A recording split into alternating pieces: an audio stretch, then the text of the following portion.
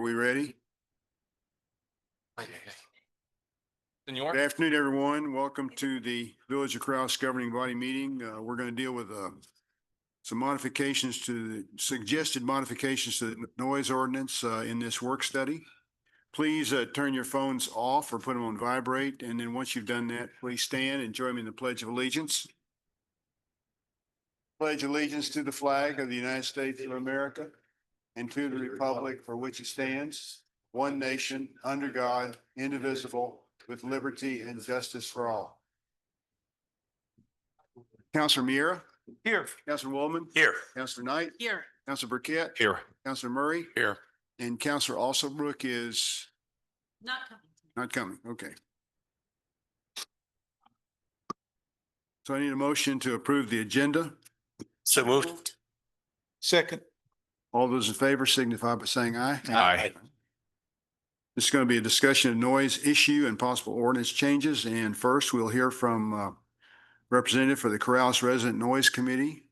Would be Tessa Davidson. You're up. Thank you, Mayor, council members, and residents and business owners.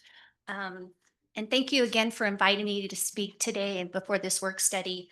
The last time you heard from me on behalf of the resident committee was in November of 2024. That was 8 months ago. And since we presented in November, the resident committee has heard a presentation by Randy Audio and considered the councilor's comments in public meetings. We've also done research on several issues, increased our efforts for outreach, and received feedback from residents and business owners. Today, I'm going to quickly summarize what we believe are important issues to address today at this stage in the village's process, to arrive at a new ordinance or consider arriving at a new ordinance. I won't be offering specific technical perspectives on decibel levels and things like that, because one of our recommendations is that the village do consult with a professional sound engineer, and you'll see that later in the presentation. Melanie? The first thing that I think it's very important to emphasize, and it's happened since we last met in November, is we now have a new comprehensive plan. And that plan shows that there's village-wide concern with noise. In the appendix to the plan, there are actually survey questions and answers. I think it was question 30 that said, what would make living in the village better? And I think there was something like 33 responses that addressed noise and concerns with noise. This wasn't just concern within this middle core of the village. It was village-wide concerns with noise and increased noise throughout the village. As a result, there was also a goal identified, control noise pollution, and a recommendation regarding the current ordinance, and to focus on non-ag, non-agrarian noises in the revision of the ordinance. You'll see that question 12, what neighborhood uses concern you the most? The top four were, gosh, I'm sorry, I don't have my glasses, but the top four were speeding on my street, light pollution, cluttered properties, and noise pollution. And those were almost all equal. I think they were within a percentage range, close to the 48 to 49% of concern for respondents for the survey.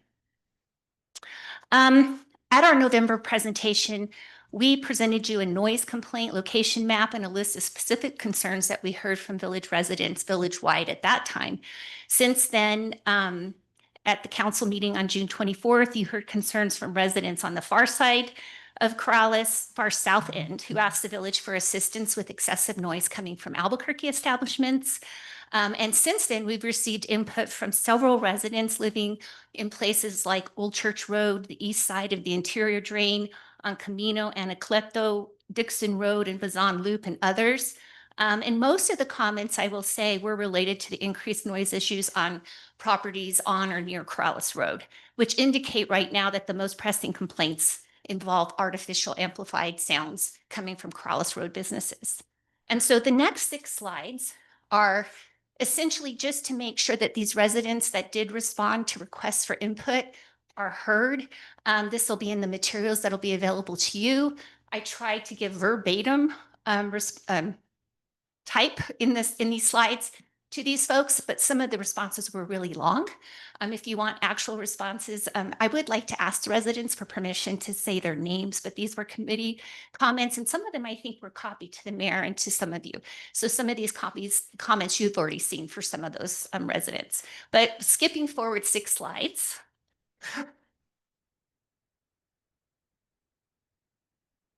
Before we move on, I want to highlight a guiding principle our committee shares with the mayor.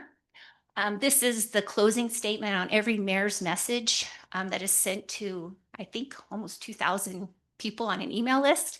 Remember, we are all neighbors in the village. We share this community, this country, and we have to work together to assure its longevity and success. We are all more alike than different. Be kind, thoughtful, and considerate to your fellow Coralinos. And I will tell you, this isn't just fluff. We literally talk about the concept of neighbors in the community of Corrales. And, you know, something that's really interesting when you start thinking about the concept of neighbors, you start seeing it jump out in the ordinances a lot. Even our commercial use designation is called neighborhood commercial. We don't have a strict commercial zoning for properties within a certain area in Corrales. And with that, I want to also acknowledge that Dan O'Brien, the owner of Casa Vieja, also contacted me, and he asked that the resident committee members read and consider the arguments he made in his letter in August 2024 to the council and the mayor. The committee did consider those. They did read them, and we looked at those, reviewed them, and considered them. So I want to assure you, Dan, that we did that. I also let Dan know that if he was interested in meeting with the committee, that we would welcome meeting with him and other business owners to try and work on and listen to their ideas for workable solutions for some of the complaints of residents that are suffering, in their experience, noise from his establishment. After all, we do consider these business owners as our neighbors. They're neighbors to the long-term residents that border their establishments, and their establishments are surrounded by other residences. And we share our community with them and with their patrons. So the offer still stands, and to meet with you and any other business owner that would like to sit down and try and work on solutions together. And as you might guess, over the last 8 months, we've heard from those who voice support of businesses being able to play amplified sound. However, in many of those statements of support, I have identified at least 2 misperceptions, 2 misperceived. I think there's a misunderstanding on really 2 important issues that I think need to be cleared up before the residents can have a meaningful conversation on this issue. And the first one is that there is no designated business district or commercial only zone in Corrales. Both my presentation in November and Randy's presentation tried to highlight that there is no exclusive business district or commercial only zoning area in Corrales. Yet those in favor of outdoor business sounds along Corrales Road have routinely argued that nearby residents somehow deserve to suffer noise because they're in the business district or they're in the commercial zone, and they should have known better before moving there or staying there once a business moved in next door. And I think a quick review of Corrales ordinances should clear up this misconception, and I'd like to do that if we can. Melanie, if you can, next slide. It's the previous one. There we go. Section 1832 of the village ordinances establishes zones in Corrales. And this is where the C neighborhood commercial zone is addressed in the ordinances. And the purpose and intent of this is to provide for the development of local business, commercial, and personal service activities within the village within 2 designated areas. So essentially, it's establishing 2 geographic areas where these kinds of commercial zoning properties can occur. The first one is the CRCA.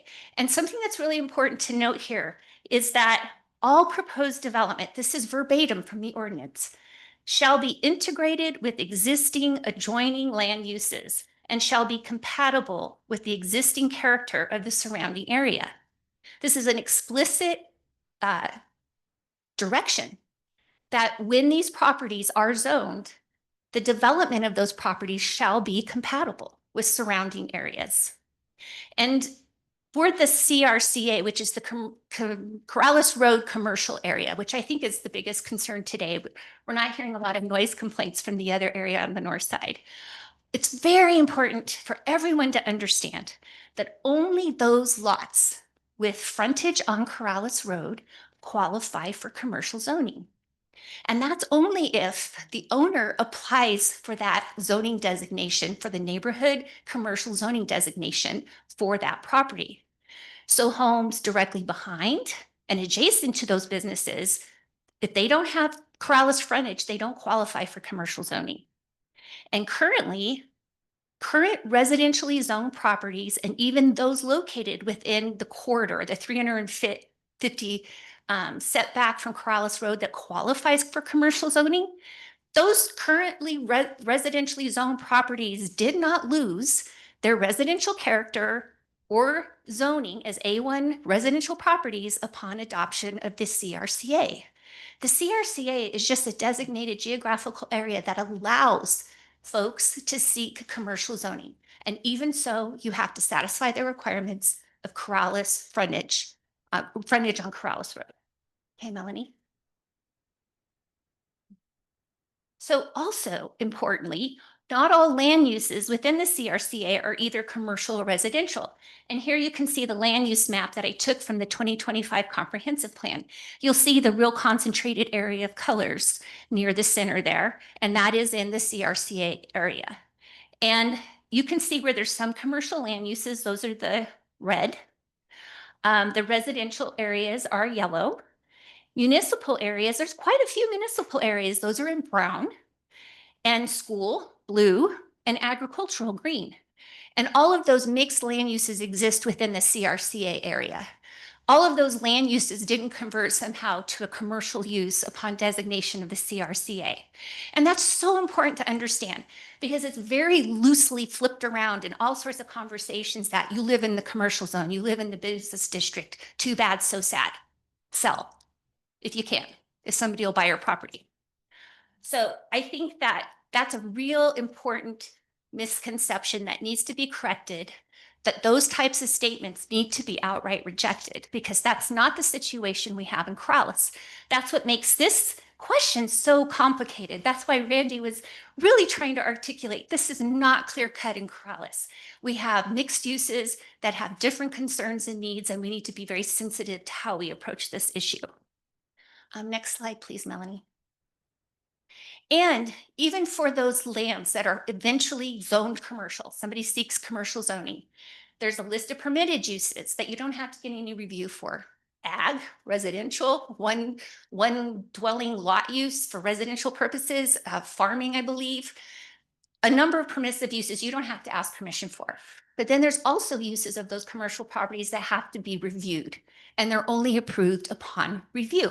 So another section of Corrales ordinances applies, section 1845, and that's the planning and zoning site planning process for uses allowed by review. Bars and restaurants are uses allowed by review. They have to go through a site plan process. This is the section that says the commission shall not approve any site development plan unless all of the requirements of this article are met.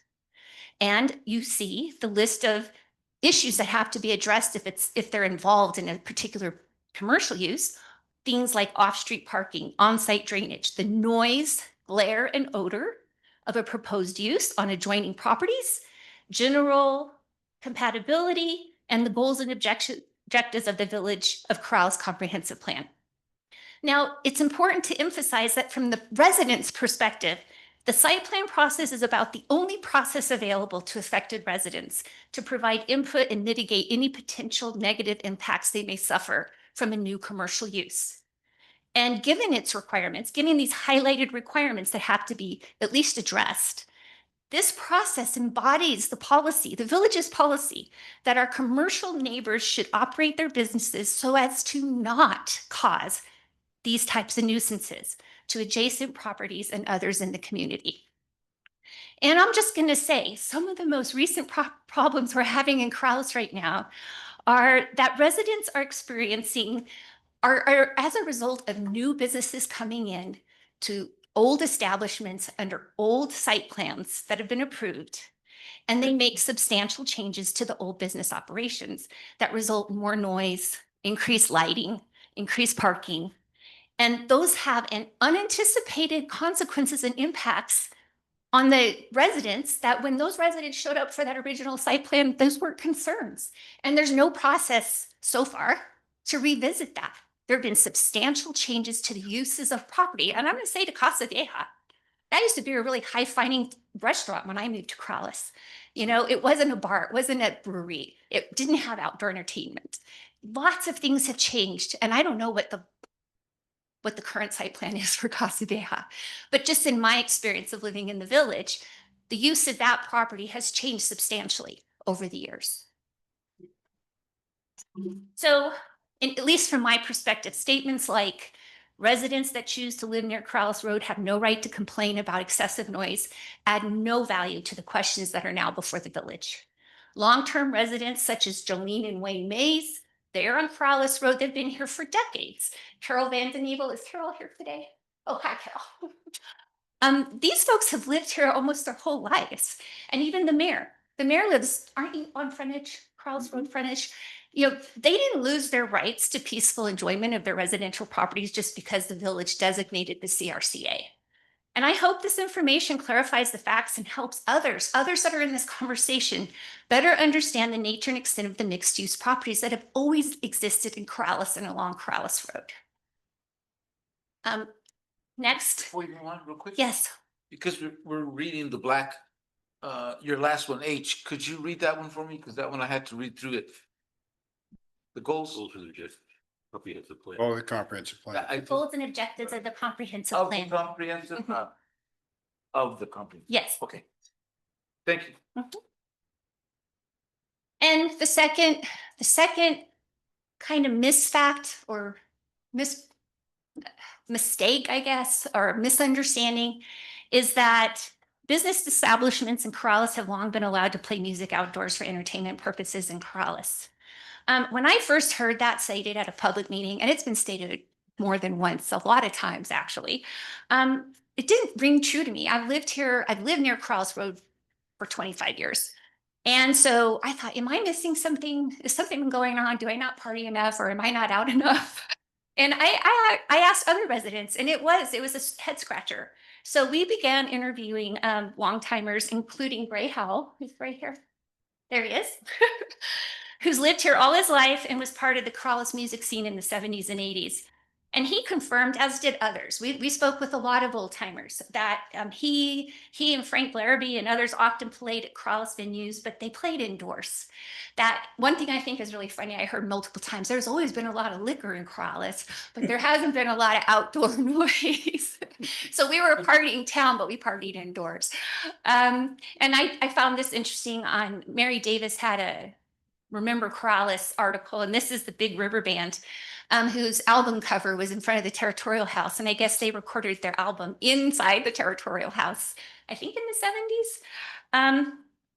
Also, one of our committee members has compiled a history of noise disputes in the village, looking at old documents in the village, old letters from the village staff, newspaper article from the Corrales Comment, involving the old tea house and more recently the Corrales Bistro.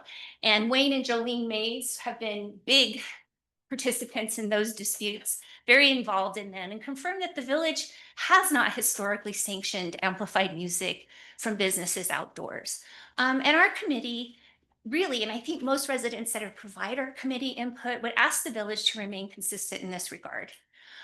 So yes, in conclusion, our research showed that the gathering of the community and playing music has been a part of Corrales' history, but there has not been a history of businesses being allowed to regularly play outdoor music. So finally, our committee's goals remain unchanged. We've just done more research and feel more confirmed with some of our original recommendations that we believe meaningful and enforceable decibel reading standards are necessary to prevent excessive noise. Additional research that we've done in other communities confirms that enforcement of dB standards results in reduced noise pollution. I did some interviews with village administrators legal counsel that work for communities in New Mexico that have DB standards. And just generally, general comments are, nobody's reporting that this is too difficult to manage, that this is actually negative. It's had a negative effect. In general, the feeling is that decibel levels are a deterrent to noise that you may have to enforce pretty strongly at the beginning, and people learn pretty quickly that they have to stay within those standards. As I mentioned earlier, preview, we're strongly recommending that the village employ or consult with a professional sound engineer to better inform you as to the technical considerations, because seriously, we all read articles and we try our best, but it's not in our bailiwick to tell you all how it works and how decibels work. But we think that's something that the village could benefit from, and we recommend it. We'd love to be part of the conversation if and when that occurs down the line. And I also look really forward to hearing from Marty today about her experience with the city of Albuquerque. And then as far as comments that we heard, like from Councilor Burkett regarding kids and yelling, and that's awful. I can give you, I have a big library of example ordinances where express exemptions are just written into the ordinance. One that's in a lot of ordinances, unamplified human voice can just be exempted from any sort of enforcement. All sorts of exemptions. They get really, really creative. I will tell you a really hot issue around the country are leaf blowers right now. Lots of communities hate leaf blowers, and they're starting to do specific leaf blower regulations and time periods. But there are so many creative ways with how communities deal with noise enforcement and noise complaints. And we were directed by the comprehensive plan to exempt animal noise and certain noises. And I think that that's certainly something that the village, most people would support. Finally, the second recommendation is that noise mitigation requirements should be employed in land use approvals and enforcement processes. And actually, I think all nuisance mitigation should be done: odor, light, flooding, drainage. I think that I don't know what the application process looks like for a site plan, but then I've seen site plans, just approved site plans, and it says, will there be any detrimental effect on neighboring properties? No. It just says no. It doesn't address, and actually that site plan in effect right now, I think is the one that Casa Vieja is operating under. There's no information. Was noise discussed? Were mitigation measures discussed? I've participated in some site plan approvals, and neighbors do talk to property owners, and they agree, I'll build a fence here if that'll affect, if that'll satisfy you. And it's negotiated and it's incorporated into the site plan. P&Z approves it. But I do feel that we all do. The recommendation is that land use approvals need to have those specific requirements in them, and then they need to have enforcement teeth. If you don't do what you said you're going to do, you risk losing your occupancy permit, because really residents participate in good faith in the site planning process. They rely on those representations and approvals. And when they're not enforced, it's horrible. There is really nothing a resident can do except for file a private lawsuit, a nuisance lawsuit, or a neighborhood file a public nuisance lawsuit. And I just want to say I've gathered many examples of alternative enforcement models involving things like noise officers versus police enforcement, and alternative dispute mechanisms like mandatory mediation programs. If I have time, I'll go really fast. In New York City, after COVID, there was a lot of fights because of outdoor eating establishments, and they came up with a whole mandatory mediation between business owners, and there's a whole framework for that kind of stuff that you don't get enforced against if you participate in good faith. So that's kind of forcing people to be neighborly. I hope we can find ways to be neighborly instead. And thank you again for allowing me to chat. Oh, I wanted to go to my last slide. There's Mr. Rogers. Just want to remind you, it's a beautiful day in our neighborhood. Thanks.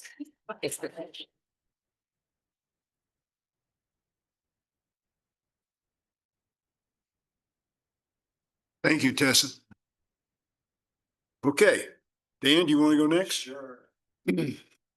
Got a little speaker for my show and tell today, but that's that. Thank you, councilpersons, for letting me speak on behalf of one business, and maybe others, I don't know if we have others here that are in our situation, a bar that's having outdoor music or wants to have outdoor music. But I'm here, Dan. That's Joel from Ex Novo. oh, okay, good. So why are we putting music on our patios, outdoor music? Because it's good for business. We bought Casa Vieja. Microphone? Oh, I'm sorry. Ooh. So we bought Casa Vieja 3 years ago. At that time, there was outdoor music when we bought it. I used to play there for the previous owners. We had about 8 tables, 50 seats. Now at Casa Vieja, 3 years later, we have purchased 17 more tables, 66 more seats for our patio. On a Friday and Saturday night, between 7 and 9:30, we'll have all those seats filled. Sometimes we have to bring in chairs from the chapel to accommodate all the people. So outdoor music's good. It's good for business. And that's why we do it. And so what you need to know that who are those people that are coming to Casa Vieja and filling up all those chairs? Well, they're mainly old people. They're older people, they're widows. We have a kind of a niche. We don't get the families and their kids at Ex Nova. We don't get the 20-somethings and the 30-somethings at Sandia Bar. We cater to older people like myself. And these folks come to Casa Vieja because it's safe. And they get to hear music. They get to hear outdoor music by bands that are 70 years old and older. All the bands are old. The only young person that ever plays at Casa Vieja is Justin Nunez. And he's a Corrales boy. But they come because it's a place where they can not feel embarrassed about their age, their infirmities, their walkers. And it's popular. We're doing well. And so we have no incentive to play the music loud for these old folks, or just like these old folks who don't like loud music. And we are very, well, I'm sorry, but I'm an old folk. I knew you were in trouble with that. I knew that was going to happen. So anyway, it's not good business for us to be loud, because in our rule of thumb is that if you can't talk at your table because of the band, then it's too loud. Yeah. And if you've been to our place, we built a little round bandstand, and the tables are literally 10 feet away from that bandstand. And if those folks at that first table can't talk, then it's too loud. And that's how we know that we're doing okay. And so how do we keep the volume down? Well, this is the new up and coming thing. This is a PA, this little thing here. And traditionally, and we all know this, if we're old and with the rock concerts, they put these things up on poles. Dan, can you talk into the Oh, microphone? I'm sorry. You can carry it I around. know, but it's hard to. Okay. Anyway, so in the old days, we put up the speakers on poles, and they shot across, and they're meant to just permeate everywhere. Well, these PAs, this is what we're using, and I think our other business owners that are getting into the music, outdoor music thing, this is the way to go. Ladies on the floor, and they shoot at 45 degrees. And we're using these at Casa Vieja. We put them on the sides. So the dancers, they hear the music. And then we have one little PA in the behind of it. All the mics are in front of the PA. You can only turn it up so high because it will feed back. If anybody knows about PAs, you put the mics in front of the speakers, they're going to feed back. And that way, and several of the bands, including my band, are doing this. And this is how we know we're not going to get too loud. And then the other thing we do is and you don't have to, we have these little apps, decibel apps. Everybody can get them, they're free. And my friend Ken here, he has one, I have one. Now these aren't calibrated as such, but the kid and I sit on our patio and we compare, and they're about the same. And they're rough, they're in the ballpark. And we're sitting at a table and we can read 85 dBs. Well, 85 dBs, 10 feet from the band. Well, on Corrales Road, that's going to be about 75 dBs. Because the way, and I won't get into the weeds on this, but for every time you double the distance, you lose 6 dBs. Okay, so we know if we're 85 dBs in front of the band, 10 feet away, Corrales Road on the west side would be about 75 dBs. The other side of Corrales Road, that'd be about 70. And what is the baseline decibels for Corrales Road of all that traffic? It's anywhere from 65 to 80. Sometimes it's 100. We've all heard the motorcycles. The motorcycles drown out everything when they go by. So if we are at least not adding or higher than the baseline decibel level in Corrales, we're doing okay. And again, we, our rule of thumb, which is easy to do, if we can't talk at our tables while the band's playing, then it's too loud. And so I saw the flyer that went out last week, and it said that we are we're playing amplified music at any volume level, without limitation, without any enforcement. Last year, they said it was at jet engine levels, rock concert levels, 12 to 13 hours a day. That's just not true. And it's not fair. We play band music 7 to 9:30, Friday and Saturday, 5 hours a week. And again, we're very scrupulous about how loud that band is.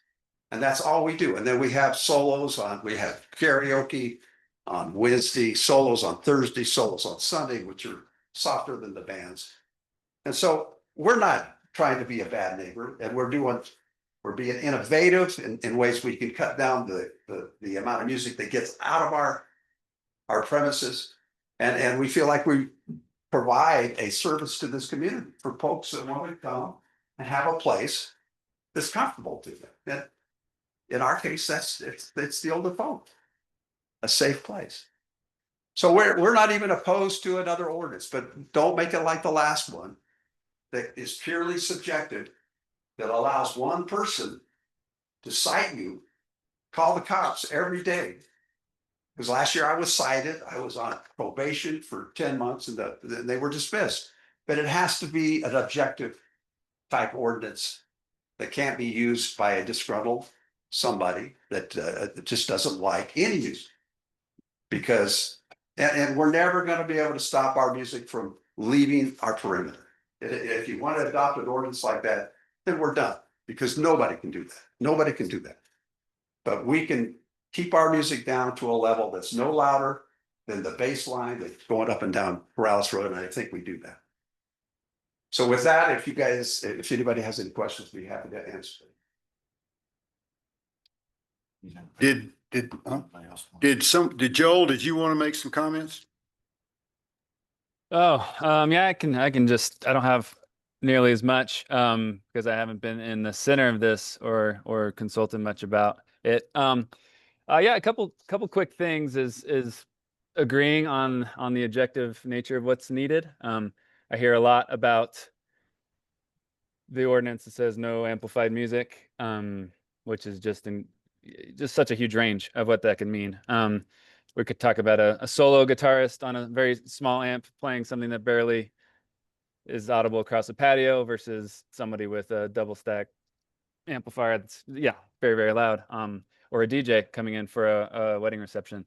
And so there really needs to be a narrowing down of what's allowed. We certainly have learned some things and have made sure that wedding receptions are not allowed to bring DJs because they're too hard to control, and we want everything to be within our limits of what we're able to do. I would say the notion of only allowing indoor music in Corrales is a really tough one, for a variety of reasons. They just how beautiful it is outside and how nice it is to be on a patio with live music is something that is just not, able to be replicated any other way. And it's just really challenging for anyone without an absolute massive indoor establishment, which we don't have, and most other people don't, where you could actually play any kind of music indoors that just reverberates. And it's like Dan was saying, it's really hard to have a conversation with an indoor music situation. So I'm open to some change and to some ordinances. Certainly, we have all kinds of music at Ex Nova, not nearly as often.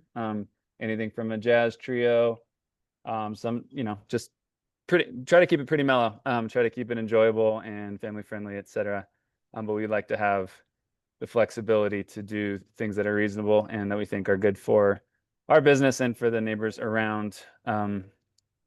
Yeah, and I live definitely within distance of being able to hear the live music at Casa Vieja, and it does not bother me. But that's just one opinion. Yeah, that's about all I've got. Thank you. Thank you, Joel. Question. Oh, Counselor Knight? Yeah, so did you put up the coyote fence to keep the coyote fence in front of Corrales Road and your property? Were they already there or did you put those up? That would be, there's the stucco wall and then behind that, the coyote fence. Right, That was already there. that was already there. Okay, thank you. Counselor Woolman? Thank you.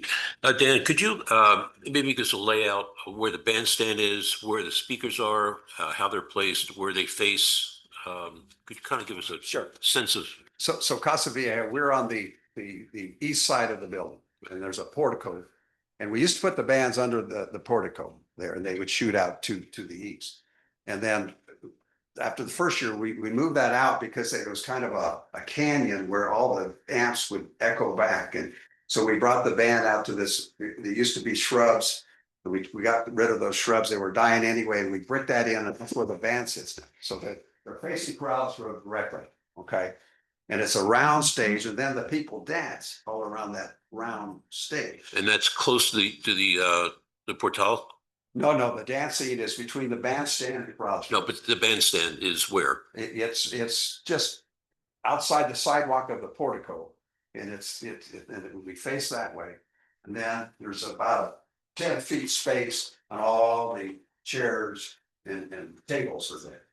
And the people dance in front of that little bandstand and between the tables and up and down. And that's where we put these little speakers, they shoot up and the folks can hear it. So as I understand it, the bandstand is close to the building. Is that right? Or is it close to the coyote fencing? It's facing, well, the band, so this is the back of Casa Vieja, okay? And then there's the portico, and then outside the portico is this kind of oval shaped bandstand. The band's set up this way. They play toward Corrales Road. And In the the coyote fence. And the coyote fence, that's right. and the speakers are placed where? Well, there's one speaker behind the band. It's one of those tall, skinny little things that sits behind the band. The band's playing this way. The mics are facing that speaker. And you can't turn it up too loud or it'll feed back. And then to the sides, we put these little speakers and they don't shoot out, they shoot up like this. And I think that helps too, keeping the music on our property. Thank you. Counselor Murray? Thank you. So what's the elevation of the bandstand from It's the, actually lower than it's a little lower than the walkway right in front of it, to the east of it. would you say it's on the same level as the roadway? As the roadway, It's elevated above the roadway? Can I interrupt? It feels like we're getting very focused on one business and that's not what we're here for. We're here to have a general discussion as far as noise ordinances in the village. Counselor, I mean, there has been things brought up, but okay, I agree with you there. So I'd also like you and Joel to give us a take on outdoor music. Do you play outdoor music when the band's not playing? in between sets of the bands, we do. We're, It's not music, that's a, well, it can music, yeah, not can, but we for instance. recorded music. Yeah, we do. All right, that's music. Yeah, okay. Okay, I was so thinking of that music with like K, that you. elevator music, same thing. I Okay, mean, all right. but you do play outside and where are those speakers located as well? Uh, Do you use the same speakers that your Yes, band yes. uses? Technically, no. Well, I use one of these to shoot out music in between. Band, on the band breaks, I'll use this All right. to play. I guess canned music. get to Mr. Burkett, Councilor Burkett's question is, what are your thoughts about outdoor music that are canned or recorded that, it might be playing while there's no live music? Any thoughts, Joel, if you want to join in on that too? I'd be willing to hear any comments that you have. Are we talking about just in between bands like house music? Are we talking about there's not live music that day? Are we playing music over speakers on our patio? When I'm in ex novo, there is background music. Yes, outdoors as well. We've got So pretty what small, very thought- small speakers, but yes, we do. We what do are play your outdoor thoughts music. about that in terms of relation to maybe residents? Should we allow it or? My own, oh, well, we can't hear where we are off of our property. As far as I can tell, as far as I've ever been, is when I do a perimeter walk, et cetera. But that's just us. We do have these very low volume speakers that It's hooked with our inside speaker system. You can't hear it. You can't hear it 15 feet away from our building. You So- couldn't hear it on Krause Road at all. But it should be just as much an objective of this ordinance that it would be controlled just as well Well, versus live music. if you allow bands to play, you would have no problem with the level of music we play through those speakers. It's I mean, you can barely hear them. Yeah, I would agree. Just if we're talking about a decibel level that's allowed, that would include any kind of music, whether it's live or not. Okay, thank you. Anyone else? Okay, so next, Marty Haber.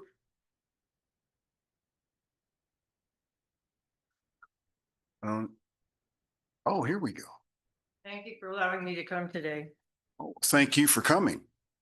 I was hired September 2000 to be the noise abatement officer for the city of Albuquerque. I worked for them for 3 years until Mayor Chavez told me I was the problem. Noise wasn't the problem.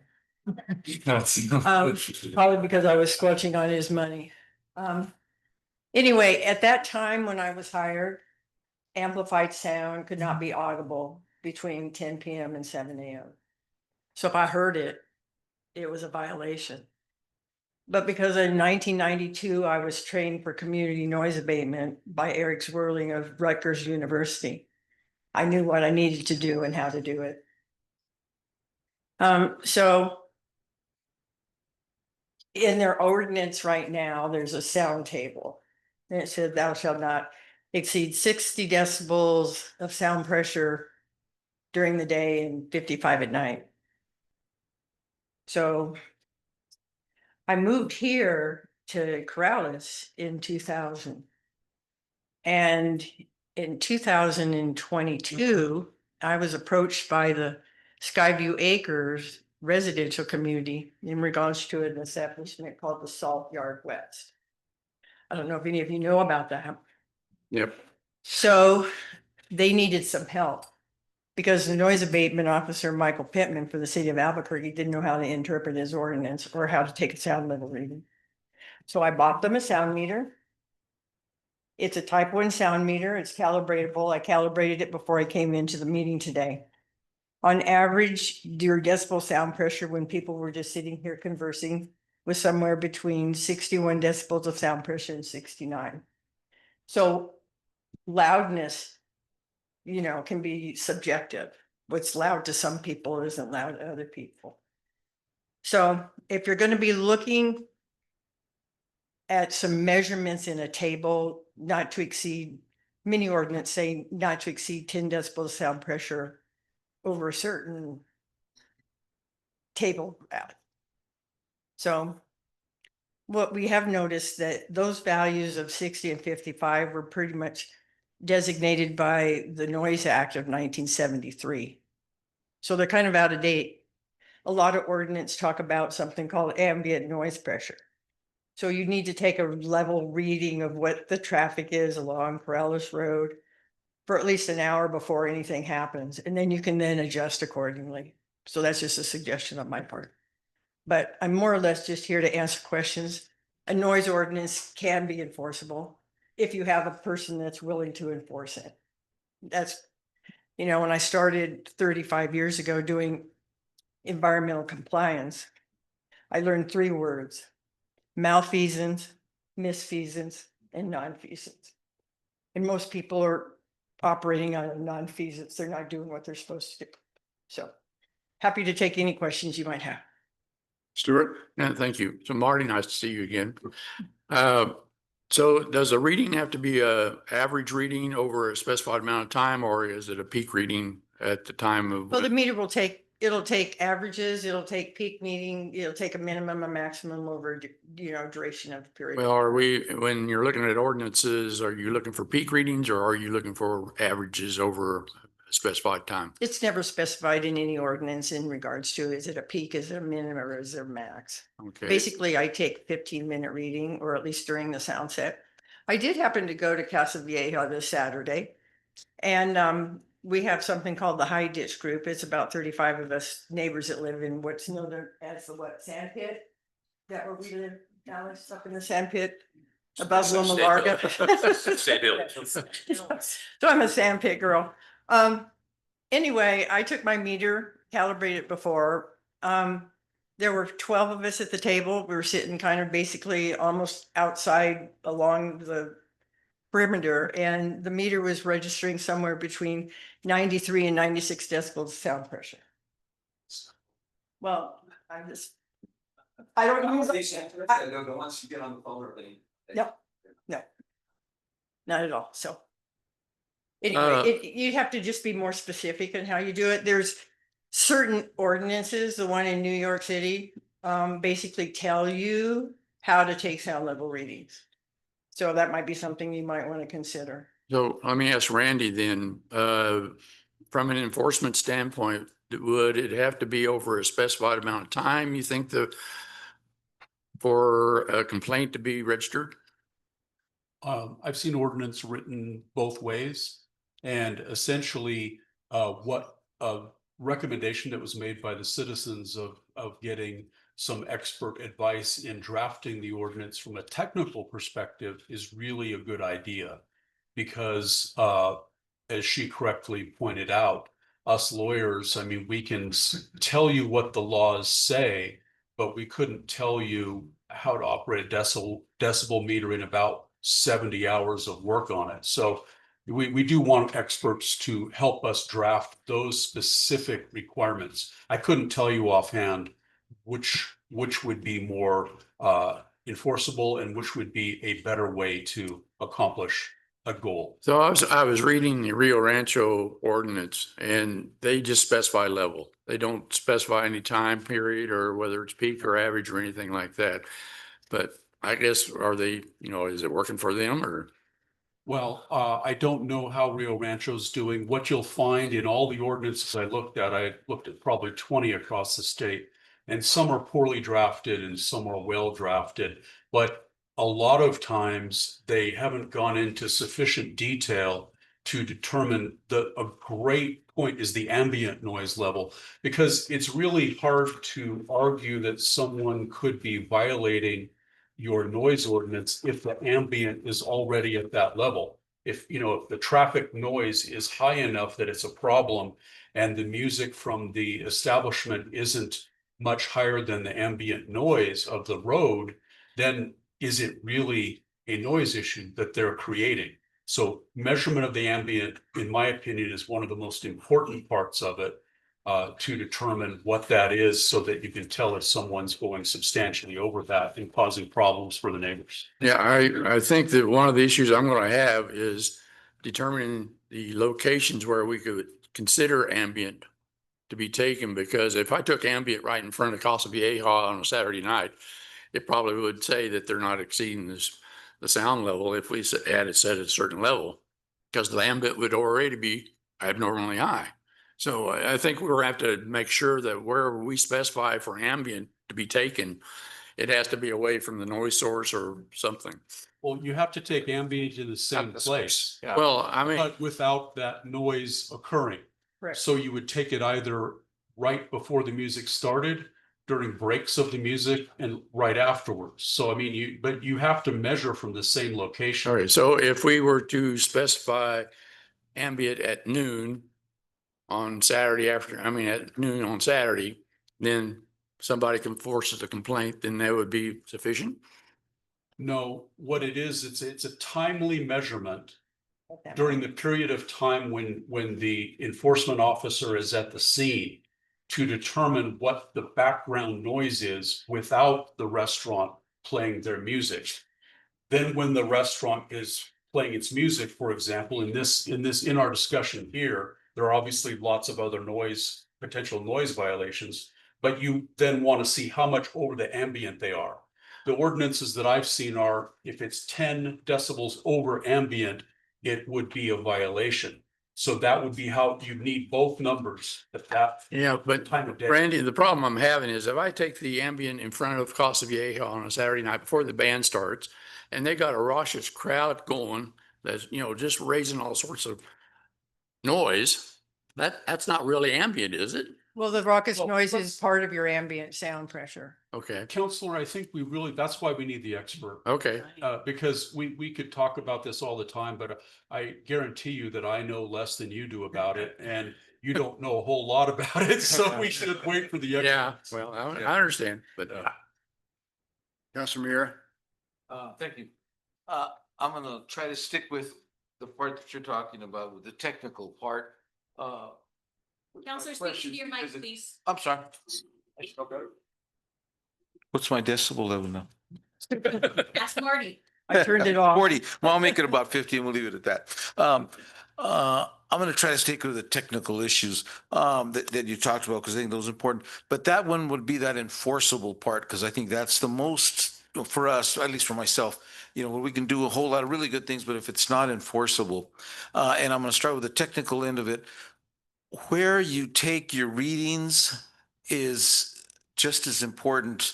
Like stand right in front of them is one thing, or maybe 200 feet behind them, or maybe across the road on the other side of the road when you take the readings. And being that you go back to Albuquerque for such a long time, you can remember the situation that we had when we were having Thursday night music at down there at the biopark. And there was a lot of problems with that. And so we were taking them right outside on Central, and then sometimes we were taking them inside. And then they took them all the way down the ditch. There were those people were the people that were complaining about it way down the ditch. And so using that as only as an example, the enforceable part is who can make that decision. So do you think we have to can be trained, someone like you, this is not easy to do, trainable, or we just can't leave it to the police department to do it? So therein lies the question, because of all those different variances. Well, typically, it's basically on whatever the receiving property line is. And since Corrales Road has a mixture of a business, you have a commercial, you have a house, you have a commercial. And so it would basically be, standing at the property line and taking a sound reading at that property line. Most of them are usually caused by someone complaining. It's not that you would just go out there random nilly-willy and start taking sound level readings. It's basically somebody has invited you to come because they've been aggrieved. And that's how it started for me in the 600 block of Central Avenue, was I had a homeowner that lived in the 700 block at Kent. And the launch pad played music, loud music, 7 days a week. Well, they had a tarp over their back patio, which didn't keep the sound pressure. And until 2 o'clock in the morning, that house, the windows shook. Wow. So I did my due diligence and I educated people for 6 months. But when I heard last call for alcohol from Banana Joe's rooftop, and I was in the Sawmill district, that was it. And I said, we've got to start enforcing. So I think I issued 30 citations. I got no help from the legal department. Legal department wanted to wash their hands. So I was like, okay, train me on what paperwork you have to do here. Go with me to court. Won my first case. I said, I can do it from here. Never lost a case out of the 30 that I issued. It's just because you know how to take the sound readings, you map it out. You have to take into consideration the weather. You have to take into consideration the wind. You have to take in a whole lot of consideration, like the ambient sound. So even though the ordinance at the time said it was audible, I would take meter readings at the establishment and then go back a block each time. And it just got less intense, but the sound reading was the same. And then I'd compare it with, oh, here's a car radio went by. The sound print was different. So everything, if you have a trained person that knows how to do this, it's pretty bulletproof. Okay. I think you answered my question. That last statement was pretty much the roundabout part of the trained person they're not going to have any concerns about what it is that they brought forth. But the fact is that sometimes you're going to have to keep moving down, and sometimes you have the louders that goes further away. Not so bad in the front, a little bit different down the road. So thank you for that. Councilor Knight. Yeah, you talked about 2 o'clock in the morning. We're not talking about 2 o'clock in the morning. We're talking about 9:30 at night. No, I understand that. I was just making a point that City of Albuquerque basically told me when I was hired, my job was from 8 to 5, Monday through Friday. It did not go into the evening hours of the day. But sound is egregious between 10 PM and 7 AM. So on my own, I went out and I took meter readings on Friday night, Saturday night, even randomly during the week, because I live in the 800 block of lead at the time. And when I could hear the launch pad 3 blocks away, it's like, Right. okay, I think that's, unreasonable, 2 in the morning. Most people would think that. right. But when Dan came up, he said it's for 5.5 hours per week that this happens. You know, again, years ago, I was on P and Z, and the Wagners with their farmland experience wanted to have the kids come, and somebody that lived right next door said it was too noisy. They didn't want those kids there, laughing and having fun. It was like sometimes, it was only for 3 weeks out of the whole year.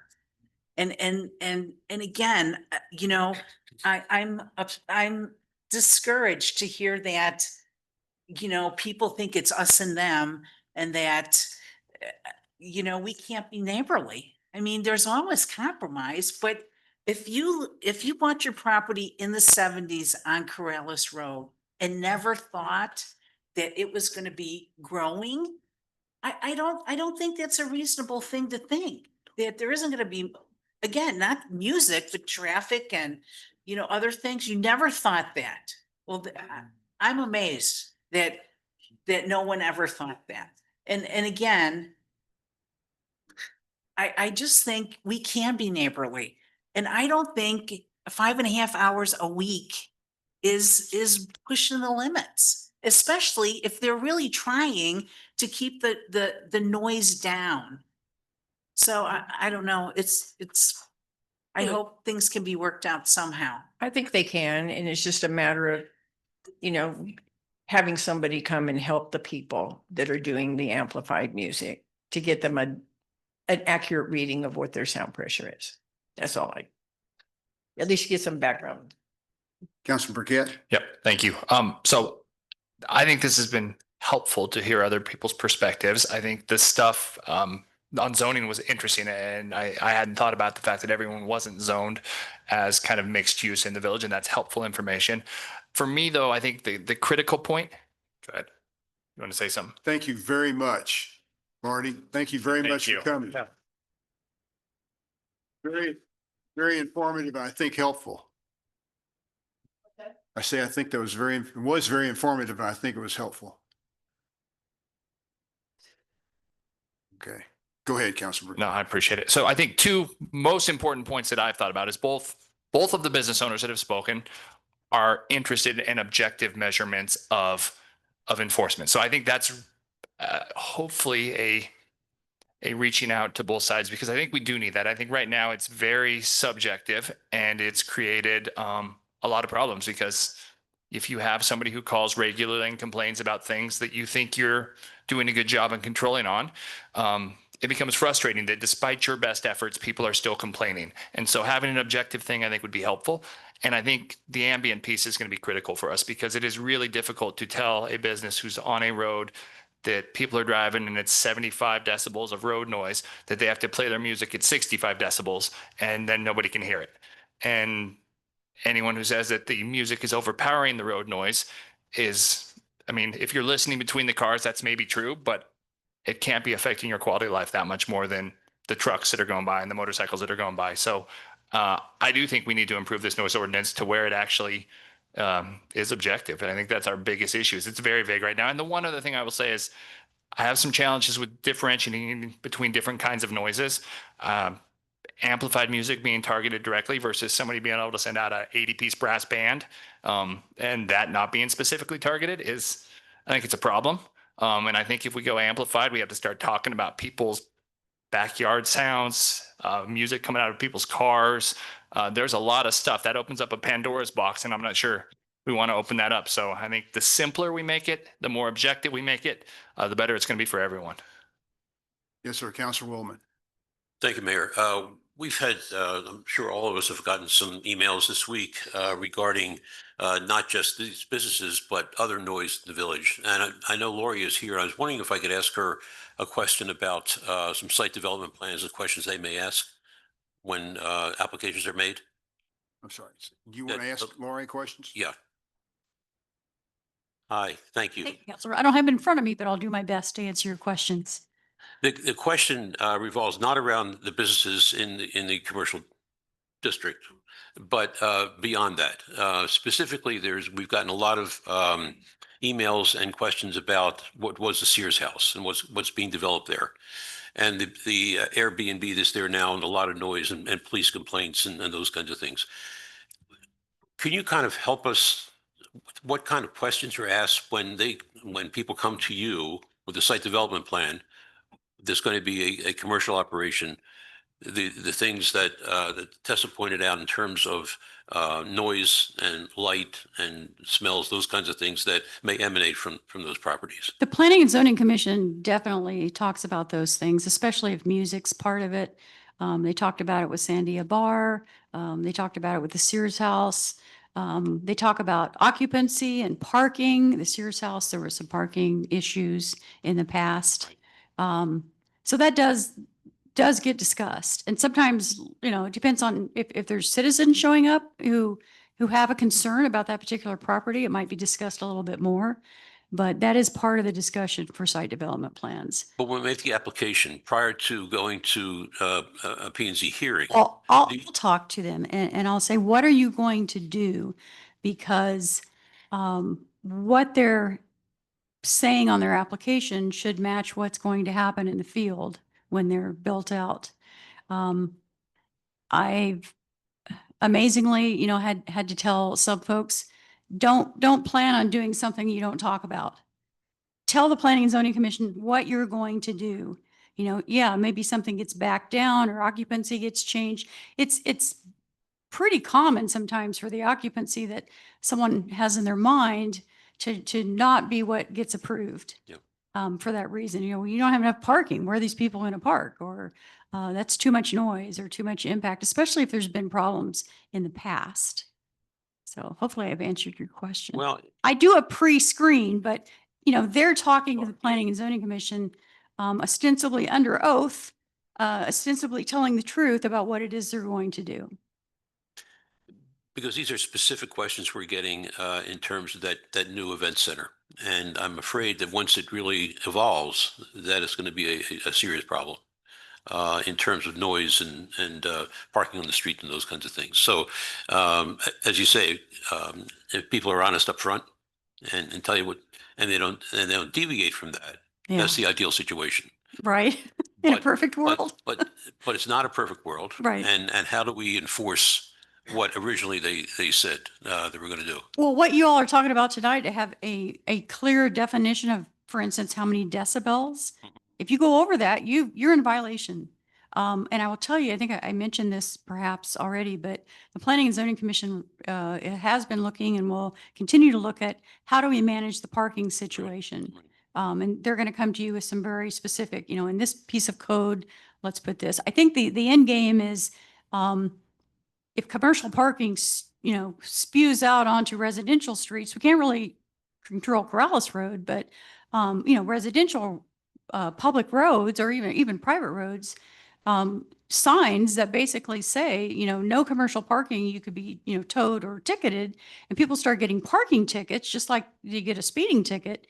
That's going to have an effect over time. You get a couple of parking tickets because you've parked along Ella when you're at Sandia Bar, you may think twice about not doing it next time. No, I thought that was a very good discussion in the notes from the P&Z about residential parking signs and those kinds of things. Yeah, we're talking about that it's hard- again it's a hard on thing. August 20th, again, trying to be very focused. Because, there's been a lot of discussions. We even had someone come up and go, well, I don't want no parking signs along my road. Well, you kind of have to have that. You have to have something that, and then there was also discussion about, okay, you can't really, the property owner, the business owner can say, I'm not going to allow it. But let's be honest, they're not on site. And they may or may not say something to their manager, who's probably not going to make the rounds of the neighborhood and ask people to leave and stop parking there. So you really have to make it a situation where you've got signage that says no parking, you might be ticketed or towed, cite the code, put that right on the sign. And then they get ticketed or towed, depending on, if they're in a fire lane or the preference of whoever's enforcing. And, but you would have to have somebody complain because the officers aren't going to know whether or not that car belongs to a resident or a commercial operation. Yeah, I'm not sure how Yeah, so we have to. to differentiate. I mean, sometimes it's Yeah. kind of obvious. It's Yeah. probably not some resident. And if it is a resident, they could come to court, I suppose, and say, hey, I was just visiting my friend over here. I don't know, not having issued any parking tickets. Sure, there's a way. We even talked about it at the P and Z, maybe even issuing some parking passes to people who live there that they could give to their friends and say, resident or guest of or whatever. Just shooting ideas out there when we were talking about it. Council Murray. Thank you, Mayor. So Lori, what in your mind, or what creates a violation of site plan? If an existing site plan and is created for business and that sells and somebody else comes in and buys the business, they're going to operate it in the same manner. But if the second owner exceeds what maybe the site plan has, what trips that causes? It's actually specifically mentioned in our code. If they increase the parking or the floor, literally add on to a building that adds occupancy, those kinds of things. But also if they add a use that wasn't approved, if you got approved for, say, a bar with music and now you've decided to also open a restaurant, you have to do a new site development plan. Mr. O'Brien's already admitted he's added tables, which means that if he's added tables, that means that there has to be additional parking for the site. Is that? Yeah, it does. I mean, because the parking is dependent upon, for restaurants, I think it's like one parking space for seating or tables, something like that. All I can tell you is that my office has not received any complaints about his parking spilling over into adjacent properties. I know his lot's pretty big, and I remember, parking probably was not an issue. I remember site plan for that for the original owners. We were more worried about drainage coming off the property and onto the Corrales Road. But I just wonder what trips a violation of the site plan that requires an owner to come back in with a new amended site plan. The footprint of the building changing, actually adding parking spaces, or just a use that wasn't approved in the first place. Yeah, thank you. Any other questions? Lori, thank you very much. Any other discussion? Yes, sir. Well, I tend to agree with Councilor Burkett in some respects. We do need to get a sound engineer and we do need to get some definition and some specificity to the noise ordinance. I'm a little worried though that again, we write these ordinances in such a vague manner that we're going to create more problems down the road, and enforcement's going to have to be a big issue. I think that is going to be critical to whatever we do. We can write the ordinance as fine as it can be. It could be like written like New York City. And if we don't have enforcement, you're not doing us any good. And the enforcement person is going to have to do much like Ms. Haber and show up after hours Yes. when the enforcement needs to be done. Yeah. And if that means hiring somebody and Right. giving them overtime, that's Well, so be it. actually, there may be other ways to deal with that.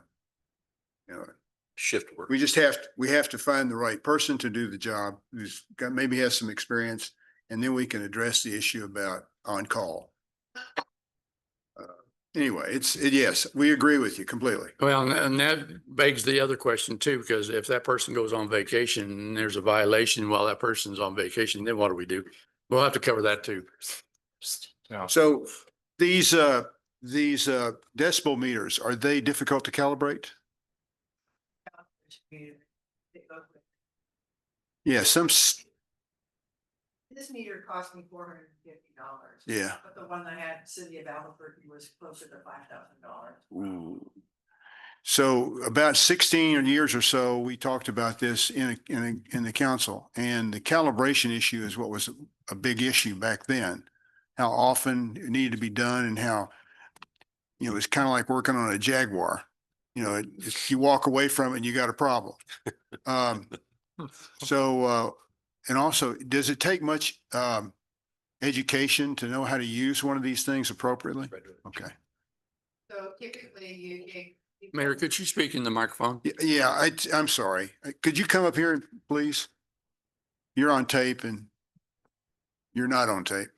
Typically, you calibrate the meter before you start taking sound level readings, however long you're taking your readings, an hour, 2 hours, 3 hours, you calibrate at the end just so you can have records that Got it. your meter was being precise at the time it was taking readings. So these readings do stand up in a court? Yes, sir. Okay. Thank you very much. Once again, thanks for coming. Anyone else? Okay. Well, I'm going to say this work study is adjourned. You guys did real well.